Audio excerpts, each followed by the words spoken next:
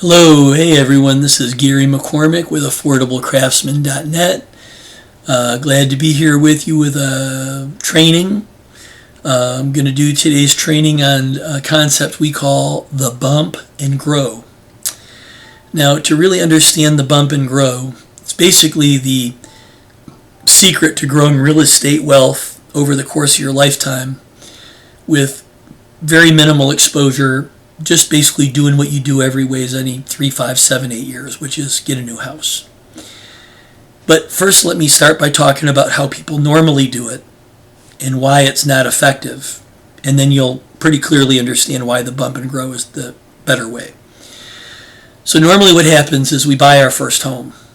We live in it for 5 years.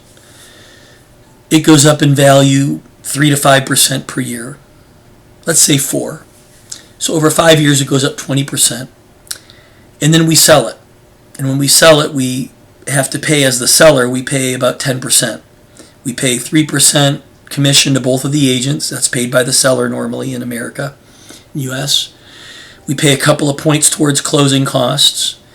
And they do a home inspection, and there's usually some stuff that needs to be done to the house, electrical, plumbing, HVAC. Could be $5,000, could be $20,000. Usually works out to about 2 points. So if you have 3 and 3, and then you have 2 points for closing and 2 points for what if, that's 10 points. So on average, you're going to give up 10 points. So whatever you bought your house for, it went up 20%. Now, assuming you can sell it for full value, which you often cannot, minus the 10% you're going to pay out, you'll have 10% to your advantage.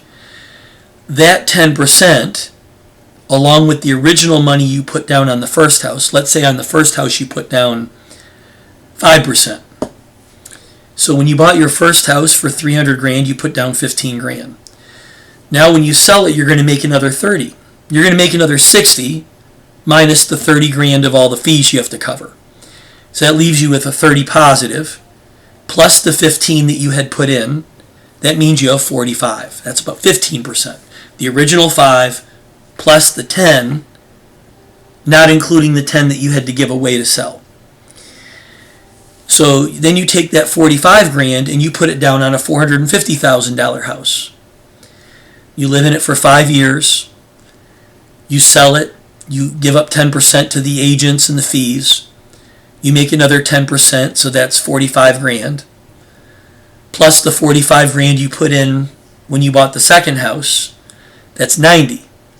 So you take that $90,000 and you put it down on a house for $600,000, and so on and so forth. And you do that usually between 3 and 5 times in a lifetime, maybe 6. And at the end, what I see in Atlanta, at least right now in 2026, typical client ends up in a house between $700,000 and $1.25 million, and it's about half paid off. And they're about 70 years old. So that's what that did. That's what we call rolling. They sold a house, bought another, sold a house, bought another. Some of those were corporate moves for jobs. Some of those were for schools because they had kids. And usually the third or fourth house somewhere in there, they stay in it for quite a while because it's when their kids are in high school and college. And then eventually maybe they downsize even and they end up back in a smaller house that's 3 or 4 or $500,000 and it's totally paid off. Then you retire. Let's say instead of that when you'd been in your house for 5 years, same $300,000 house, and now it's worth $360,000, you don't sell it. Instead, you take 10% out with a line of credit. Or even 20. You could take 20 if you want it, right? And you take that money in the line of credit and you use it to put down on the second home. The difference is you didn't give 10% away. You didn't pay agents for the buyers. You didn't do concessions. You didn't pay closing costs. So you didn't have to sell it to get the money. You borrowed the money out with a line of credit or a private loan. And you left a bunch of the money in there. You left your original 5% in there, and you maybe left half your 20% in there. And you took the other 10% and put it down on the next house. And in 5 years, when that house, that 450 is now worth 600, You don't sell it either. You take 10 or 20% out with a line of credit and you buy your third house. And the old houses, you keep them and rent them. Now, your mortgage at the new house is going to be a little bit higher, right? Why? Well, because you owe a little bit more money on it. You didn't put as much money down, and or you have a loan on the original house for that 10 or 20%. But the rent will offset it. So whatever the market rent is, almost always in this application, it will be what I call a wash. It will cover it. So instead of your mortgage payment being, $2,000, it'll be a little bit more than that, but there'll be some leftover rent from the first house to cover it, and effectively it will be the same from a cash flow month to month, barring something unusual. It's pretty much a wash. The difference is when you get to 70 years old, you own 5, 6, 7 houses. Some of these houses, the ones that you've owned for more than 30 years, let's say 3 of them, you own free and clear. And then you have a couple that you own half, and maybe you have your last one that you bought. But then you do the same thing. You get to 70 or 75, and you sell all of the houses. The difference is the equity in all of those houses is $1 million, $2 million, $3 million, $5 million. Doing it the old way, it would have been 300, 500, 700 grand. It's ridiculously more this way. It's exponentially more. And there's a very, very, very good chance, I've seen this all the time every month, that first or second house that you bought that's paid for, or the house that your parents left you, that you grew up in, when you get 70, you sell everything else, you renovate that house, and you move back in, and you own it free and clear, plus you got millions of dollars. That makes me so happy when people move back into the house they grew up in, or their parents' house, or the first rental they bought. It's just that you're just doing what we call the bump and grow. Instead of selling to get the money, you bump it with your hip. You bump it with a loan, and you get a little line of credit, and you pull out that 10 or 20%, and you do a second property instead of selling. Now, this is not a popular thing to teach people about. It makes no sense.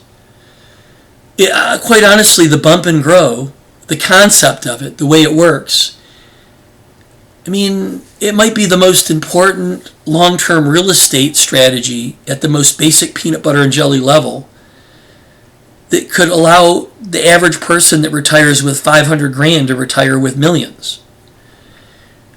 But no one teaches it. People don't talk about it. Why? Because the person that you mostly would hear about this from, the person that you interface with this all the time, is the real estate agent, the listing agent that wants to list and sell your house. And when you go to sell your very first house for 300 or 400 grand, that listing agent wants to list it because they want to get the 3% commission. And they need that 3% commission to pay their mortgage. They need that 3% commission to feed their children. And I get that. My wife is an agent. She's a realtor. But I'm a builder and a developer, and she's been a fundraiser and done other things, a marketer. We own businesses. My wife isn't desperate. My wife isn't only a real estate agent. She doesn't need that commission. She doesn't need it more than her integrity. And she doesn't need it more than you deserve your retirement. So my wife, Renee, is going to tell you probably 70% of the time to keep the other houses and to borrow some money out and buy the new one that you want. And she'll jump through hoops and teach you crafty things and secret methods to do that better and faster. Shoot, instead of every 5 or 7 years, you can do that every 3 years. There's a way. Maybe even every 2. Let's say that you were able to buy houses at a 10 or 20% discount. That's how we buy them as investors. Well, you don't have to own the house 5 years to do the bump and grow if you buy it at a 20% discount or a 10% discount. You can do the bump and grow in the second year. And you can end up with 10 or 15 or 20 houses instead of 5. And you can end up with 20 million instead of 2 or 3 or 5 million. But the core is the bump and grow. The core is the way that you control and keep the asset. And let's say that you end up with 5 or 10 rental properties. You can even pay Renee or another agent to manage them and rent them. And the amount of money you pay them is so small, that 10%, the whole thing still works gangbusters. If you have 1 or 2 houses, you should probably rent them. If you have 5 or 10 houses, you should get a manager. And just live the good life. Live like a wealthy person lives. But you're not going to hear this from hardly anyone. This is going to scramble a lot of eggs when you watch this video, whether it's on my website or Renee's website or one of our YouTube channels or on social media. Because the real estate agents, 90 to 99% of them, let the fact that they need your commission right now, this month, this year, run and drive their whole business, including the advice they give. Because they're human beings, because they have bills to pay.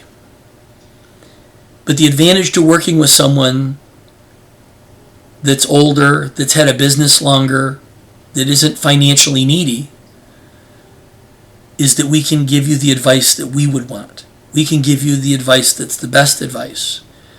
And for 50 to 70% of you, maybe 80, it's to not sell the house. Now, the good news is my wife will get a commission when she helps you buy the next house. But that's only one commission. These agents want to list your existing house and then buy the new house. That's 2 commissions. 1 commission is fine. My wife can do fine on 1 commission. And later, when you're older, she'll sell those houses for you when you want to sell them and downsize or retire. Move to Florida. Maybe you need to sell a bunch of them to go in an assisted living home and have a really high quality of life and live in some, palace. But the agent that wants to list your house right now to get 5 or 10 or 15 grand to pay their bills, in most cases they're selling you out. They're selling themselves out. But it's the human condition. They don't mean to. They're a new agent. They're a young agent. They don't have a husband that's a builder and a developer. They don't have other money sources. They aren't older. They're not in their late 50s or 60s or 70s themselves. And you just need to be buyer beware. So my job is to just warn you, to caution you, to educate you that this is one of the most important techniques, strategies that you can use, that regular everyday people, this is how they become real estate investors. It is the most core basic principle. Renee and I teach it, use it, encourage it all the time.